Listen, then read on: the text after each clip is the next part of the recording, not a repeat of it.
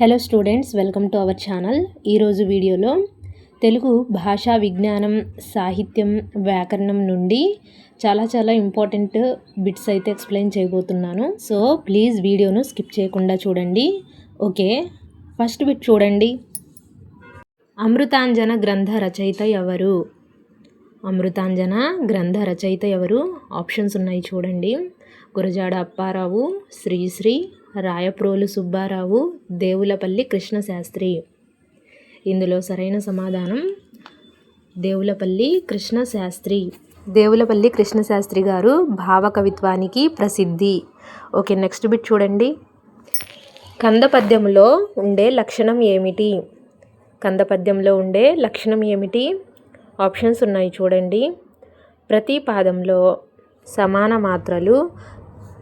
Second option 4 పాదాలు, ప్రతి పాదానికి 8 మాత్రలు.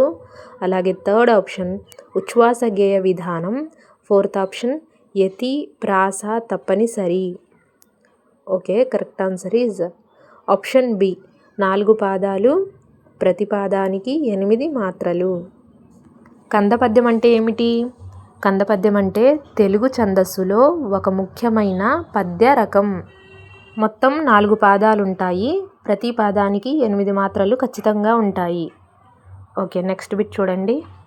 నవ్యాంధ్ర యుగంకు చెందిన కవి ఎవరు? నన్నయ్య, తిక్కన, శ్రీశ్రీ, ఎర్రాప్రగడ. ఇందులో సరైన సమాధానం శ్రీశ్రీ. నవ్యాంధ్ర యుగంకు చెందిన కవి Sri Sri. Okay, next fourth bit చూడండి. అలంకారం అనగా? అలంకారం అనగా అంటే ఏమిటి? పద నిర్మాణం, అర్థ సౌందర్యం, ఛందస్సు, వ్యాకరణ నియమం. ఇందులో సరైన సమాధానం అర్థ సౌందర్యం, ఆప్షన్ బి. అలంకారం అంటే కవితలోని అర్థానికి, భావానికి అందం ఇచ్చేది. దీన్నే అలంకారం అంటారు. పద్యం చదివితే బాగుండాలి, భావం ఆకట్టుకోవాలి, ఆ అందాన్నిచ్చేది అలంకారం. Okay, next fifth bit. క్రింది వాటిలో శబ్దాలంకారం ఏది? ఆప్షన్స్ చూడండి. ఉపమా అలంకారం, రూపకం, యమకం, అతిశయోక్తి. ఇందులో సరైన సమాధానం యమకం. క్రింది వాటిలో శబ్దాలంకారం యమకం. శబ్దాలంకారం అంటే శబ్దం ఆధారంగా వచ్చేది. అంటే యమకంలో ఒకే పదం మళ్ళీ వస్తుంది. ఫర్ ఎగ్జాంపుల్, రామ రామ అనే పదం పునరావృతం అవుతుంది. Okay, next bit. తెలుగు వ్యాకరణానికి మూల గ్రంథంగా పరిగణించబడేది. తెలుగు వ్యాకరణానికి మూల గ్రంథంగా పరిగణించబడేది. ఆప్షన్స్ చూడండి. ఆంధ్ర శబ్ద చింతామణి, కవిజనాశ్రయం, ఆంధ్ర భాషాభూషణం, బాల వ్యాకరణం. ఇందులో సరైన సమాధానం వచ్చేసి కవిజనాశ్రయం.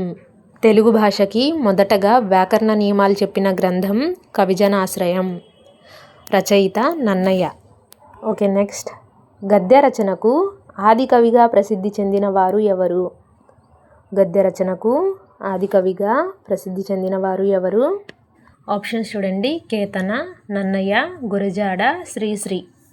సరైన సమాధానం కేతన. గద్య రచనకు ఆది కవిగా ప్రసిద్ధి చెందింది కేతన. Okay, next bit. ప్రాస అనేది ఏ స్థాయికి సంబంధించింది? ఆప్షన్స్ చూడండి. అర్థం, శబ్దం, భావం, అలంకారం.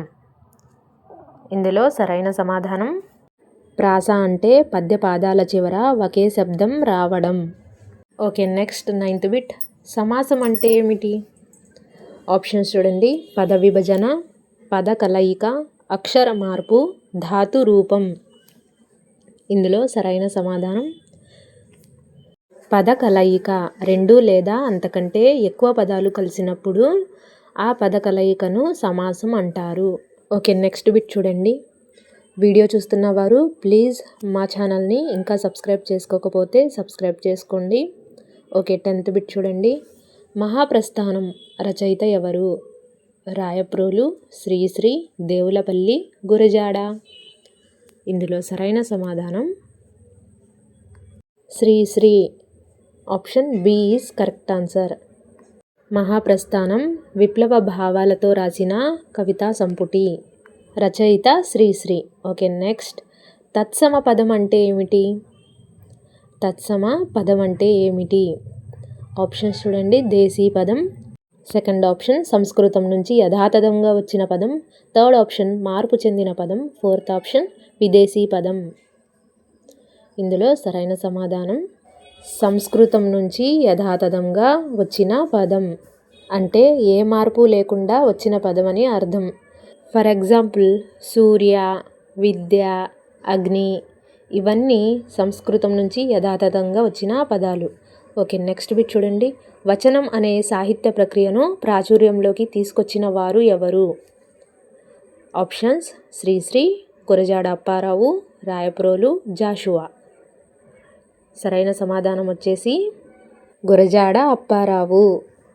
ఈయన కష్టమైన పద్యాల కంటే సులభమైన వచన రచనను ప్రోత్సహించారు.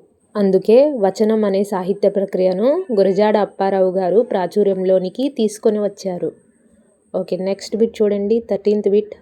క్రింది వాటిలో ఛందస్సుకు సంబంధించింది ఏది? క్రింది వాటిలో ఛందస్సుకు సంబంధించింది ఏది? ఫస్ట్ ఆప్షన్ యతి, సెకండ్ ఆప్షన్ ఉపమానం, థర్డ్ ఆప్షన్ భావం, ఫోర్త్ ఆప్షన్ కథ. సరైన సమాధానం తెలిస్తే కామెంట్ చేయండి. Okay, correct answer is option A యతి. ఛందస్సు అంటే పద్య నియమాలు. అవి యతి, ప్రాస, మాత్రలు. ఓకే, నెక్స్ట్ సంధి అంటే ఏమిటి? సంధి అంటే ఏమిటి? ఆప్షన్ చూడండి. పద విడిపోవడం, పదాల కలయికలో వచ్చే మార్పు, అర్థ మార్పు, పదాల తొలగింపు. ఇందులో సరైన సమాధానం పదాల కలయికలో వచ్చే మార్పు. రెండు పదాలు కలిసినప్పుడు అక్షరాల్లో మార్పు వస్తే దాన్ని సంధి అంటారు. ఓకే, నెక్స్ట్ బిట్ చూడండి. Last bit. అవధానం కళకు ప్రసిద్ధి చెందిన కవి ఎవరు? అవధానం కళకు ప్రసిద్ధి చెందిన కవి ఎవరు? నన్నయ, తిరుపతి వెంకట కవులు, అలాగే శ్రీశ్రీ, అలాగే జాషువా.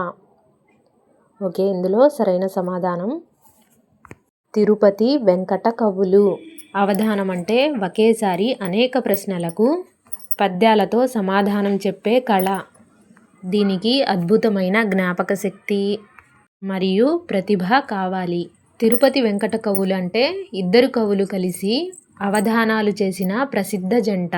వారి పేర్లు దివాకర్ల తిరుపతి శాస్త్రి, అలాగే చెల్లపిళ్ళ వెంకట శాస్త్రి. వీరి పేర్లను కలిపి తిరుపతి వెంకట కవులు అంటారు. ఓకే, ఇంతటితో తెలుగు భాషా విజ్ఞానం, సాహిత్యం, వ్యాకరణం నుండి ఇంపార్టెంట్ బిట్స్ అయితే కంప్లీట్ అయిపోయాయి. వీడియో నచ్చితే తప్పకుండా లైక్ చేయండి, అలాగే ఛానల్ని సబ్స్క్రైబ్ చేసుకోండి. Thanks for watching.